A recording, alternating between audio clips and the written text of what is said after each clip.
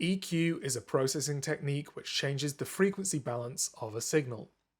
It allows us to choose a group, otherwise known as a band, of frequencies and cut them, turn them down, or boost them, turn them up.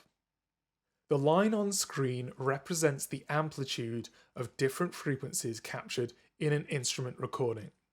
Notice that parts of the graph have lower amplitudes and other parts have higher amplitudes. This is totally normal and what we'd expect. As mixers, we often want to change the balance between these frequencies in order to fit the track into our mix, and to highlight the best possible sound from the recording. Essentially, what we need is an amplitude or volume control for each of the frequencies in the signal. That's exactly what EQ does. It allows us to remove or reduce frequencies which are unwanted and boost those which will accentuate the desirable qualities of an instrument. Equalization was invented when microphone design was a lot more flawed than it is now. As such, the original purpose of equalization was to correct problem areas in a microphone's frequency response and to equal out the resultant signal, thus equalization. EQ can take the form of dedicated hardware units, plugins within a digital audio workstation, or integrated as a section on mixing desks or preamps. Most EQs do look slightly different from one another, but also fall into one of a small number of categories, meaning that if you know those categories and how to use each one, you can use pretty much every EQ you come across. Let's have a look at the types of EQ and their implementation in hardware and software systems. Low-cut or high-pass EQ. The first two types of EQ filter are commonly referred to by two names. If you find this a little confusing, try to reason out what those names mean. The first type of EQ filter is a low-cut or a high-pass filter. This means that it cuts the low end of a signal, allowing the high end to pass. On hardware, this is usually simply a button which, when depressed, removes the low end. The symbol for a low cut is shown on screen. Sometimes there might be a frequency value alongside it, below which the frequencies are cut. When using plugins, such as this stock Pro Tools EQ, the frequency control might be selectable.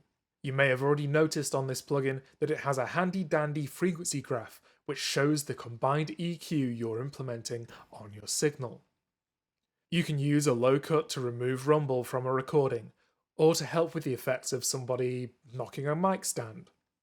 It's often a good idea to use a low cut on tracks you know won't require any low-end content, such as vocals, violin, or flute. Here is an example of a low cut or high pass filter being implemented.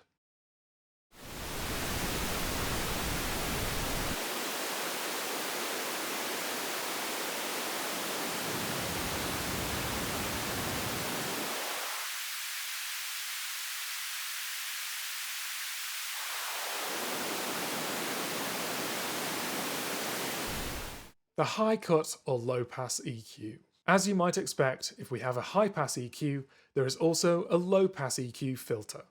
This is almost never seen as a button on mixers or preamps.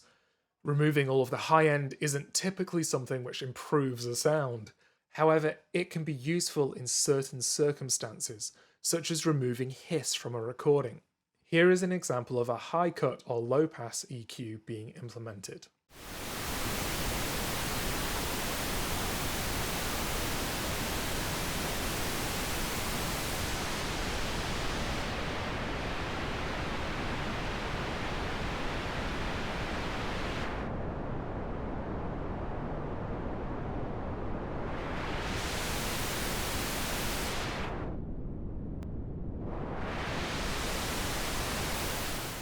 Shelving Eq Filters. Shelving filters come in two varieties, a high shelf and a low shelf. They can be used in much the same way as high and low cuts, however they are a lot more controllable. Shelving filters usually have two controls, gain and frequency. On some mixers they might have a fixed frequency and simply a gain control. The gain control allows us to not only turn down the EQ, but to boost it as well. This means we can highlight the desired areas. Shelving filters operate over a range of the frequency spectrum. The frequency control alters the range of frequencies the shelf operates on. Low shelves will operate on all frequencies above 20 Hz to the selected shelf frequency, and high shelf filters will operate on all the frequencies between 20,000 Hz and the selected shelf frequency. Here is an example of a low shelving filter being implemented.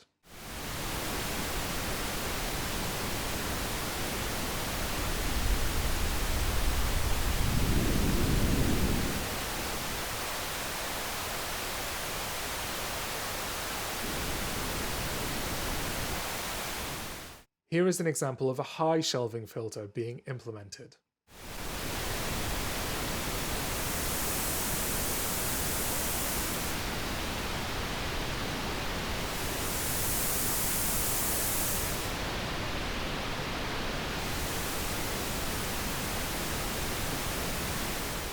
Bandpass filters. A bandpass filter allows us to hear a range of frequencies around a specified center point.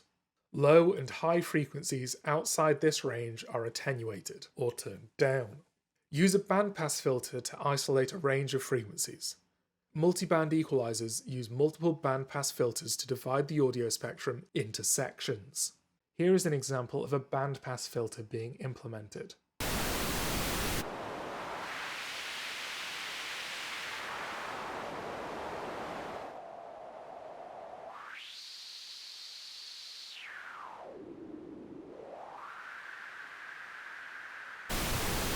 Notch filters. A notch filter attenuates a range of frequencies around a specified center frequency point. Low and high frequencies pass on either side of the frequency range. Notch filters are also known as band stop filters. Use a notch filter to cut a range of frequencies.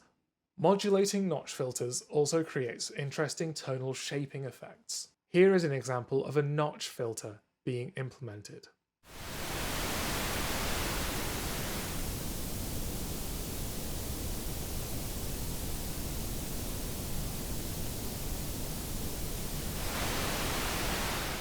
Parametric EQ. Parametric equalizers are the most common and versatile type of EQ. These multi-band equalizers offer fully configurable and adjustable frequency bands. You can control the center frequency, gain level, and bandwidth of each band with absolute precision. Parametric EQs typically have three different controls. The first control is the center frequency. This adjusts the center frequency range for each selected band. It also sets the frequency cutoff point for high and low cut filters. The second control is the resonance value, otherwise known as Q. The Q control adjusts the bandwidth of the selected band. It determines how wide or narrow the range of frequencies that are going to be cut will be. High Q values affect a smaller range of frequencies, and lower Q values affect a wider range of frequencies. The Q stands for quality factor. And finally, the gain control. The gain control sets the gain amount for the selected band. It adjusts how much cut or boost is applied to the center frequency. On EQs that have selectable filter shapes, this parameter will deactivate when selecting the low cut or high cut filter shapes. Here is an example of a parametric EQ being implemented.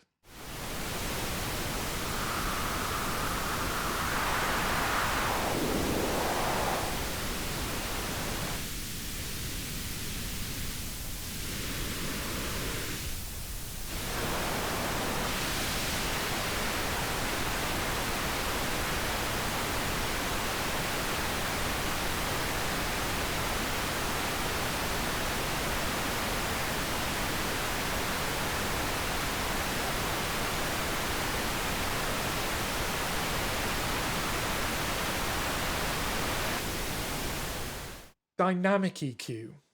Dynamic equalizers combine the precision of parametric equalization with the dynamic control of compression or expansion. This versatile combination gives you more control over shaping and enhancing sounds. Parametric EQs are linear processors, meaning they treat the incoming audio continuously in the same way. For example, filter cuts or boosts are static and will not change. Dynamic equalizers are non-linear processors. The filters react to either the internal audio source or are triggered by a sidechain input source. For example, cuts and boosts respond more or less based on the incoming audio level. This is set using a threshold control. The movements in the dynamics of the signal adapts the filter to the music. Most dynamic equalizer plugins also provide functionality found on compressors, such as threshold, attack, and release controls. Graphic EQ. Graphic equalizers boost or attenuate a range of fixed frequencies using a bank of evenly spaced slider controls. They can have up to 31 or more bands.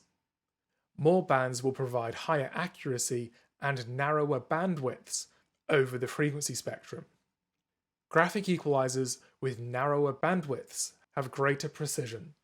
However, they're not as effective for surgical work as a parametric EQ. There is no control over the filter shape and the bandwidth of each band. Instead, graphic equalizers are generally used to make broad changes to the overall mix or bus groups. When working with a graphic equalizer, it is better to make small, incremental adjustments across the frequency spectrum. In this way, you'll get smoother results, rounding out your mix. Avoid making drastic adjustment leaps between each frequency band. It will sound jarring and unnatural. Whilst there are some plugins which use graphic EQ, they're most commonly found in a live sound setting, where they are used to notch out resonant frequencies, balance the sound of a room, and remove frequencies which are prone to feedback. Here is an example of a graphic EQ being implemented.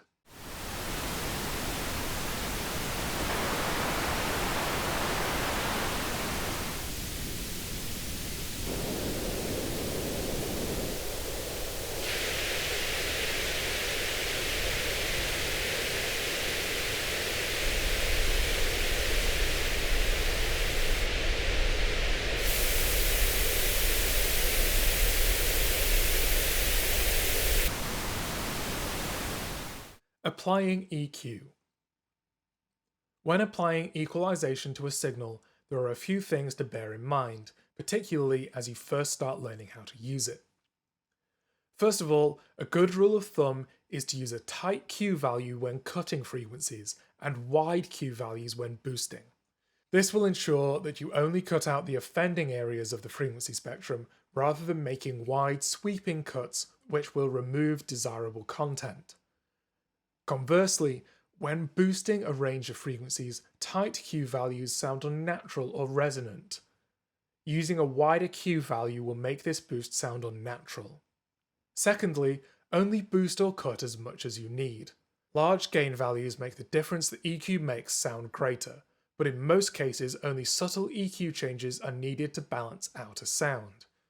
Try to rein yourself in as you first start out with EQ.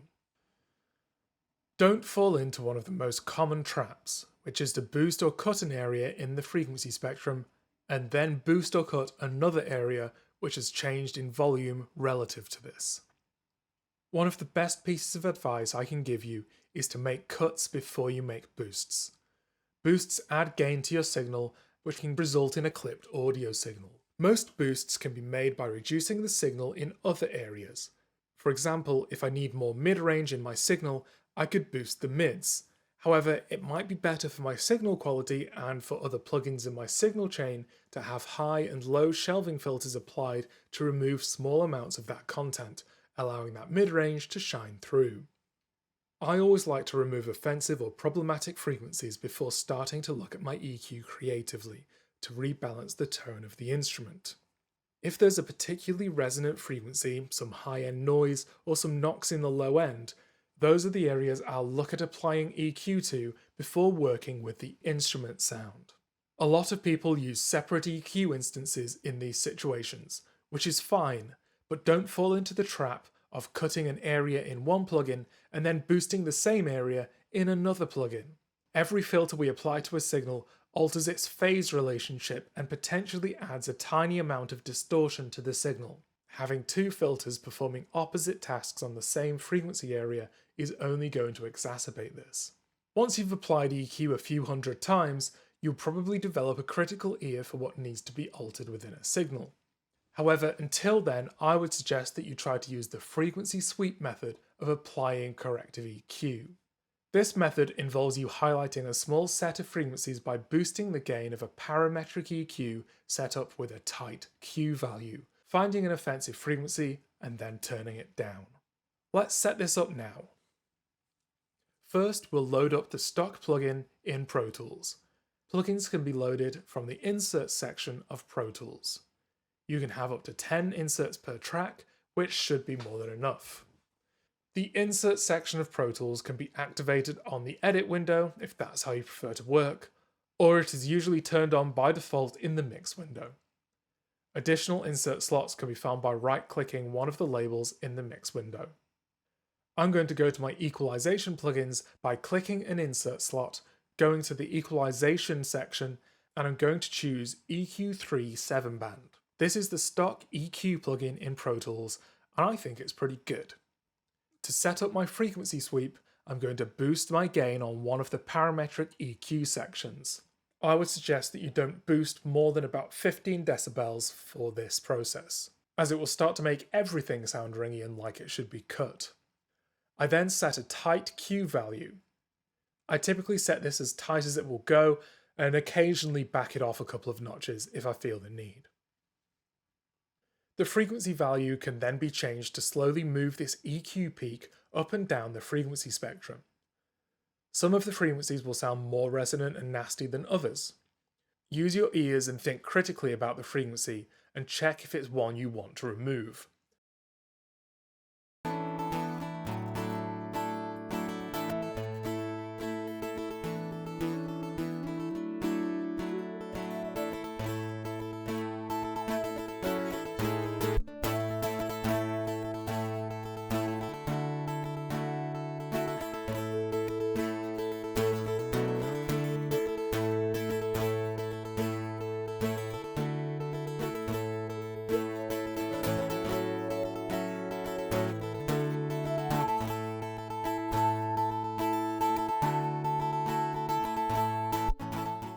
It's often easier to hear this frequency within the original signal once you've highlighted it in this way.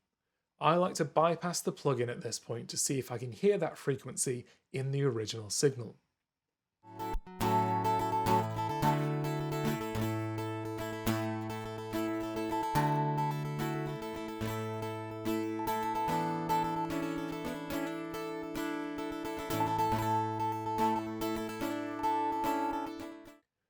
Once you've found a frequency which is detracting from the sound of the instrument, you can turn the gain down below the 0 line to attempt to remove it. Only turn the gain down as much as you need to in order to control the signal. If you turn the gain down all the way, the signal may sound unnatural. EQ operates on a range of frequencies, not just a single one, and those other frequencies might be providing some of the desirable characteristics of the sound.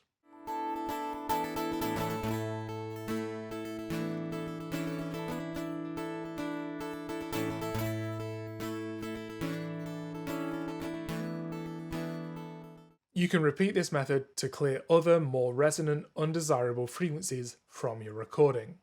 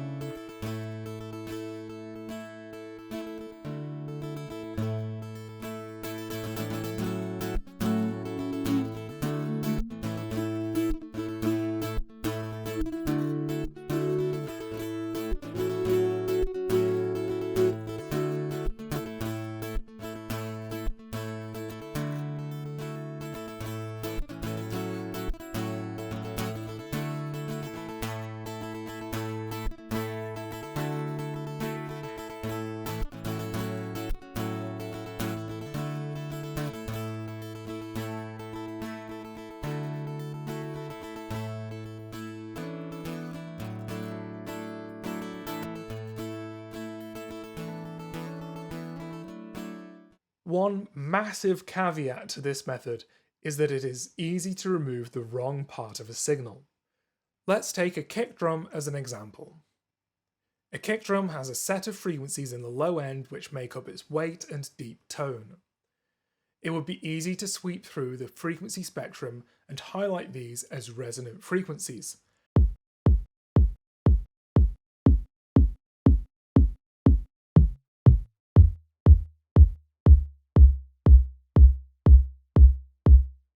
However, when cut, these frequencies would affect the critical tone of the drum.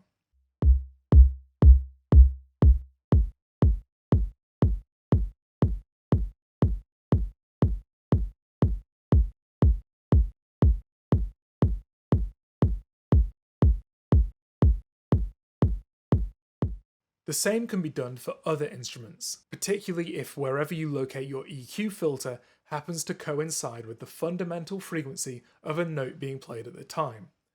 This happens quite a lot with bass guitars. Be careful to only remove ringing frequencies which are a consistent problem, and always check using the bypass button that the changes you've made to the EQ have had a positive effect to the sound of the instrument.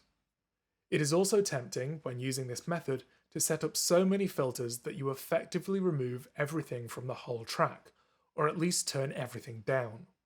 If your EQ plugin looks like this, I guarantee that there is something wrong with the EQing you've done. Likewise, I would be suspicious of any EQs which look like those displayed on screen.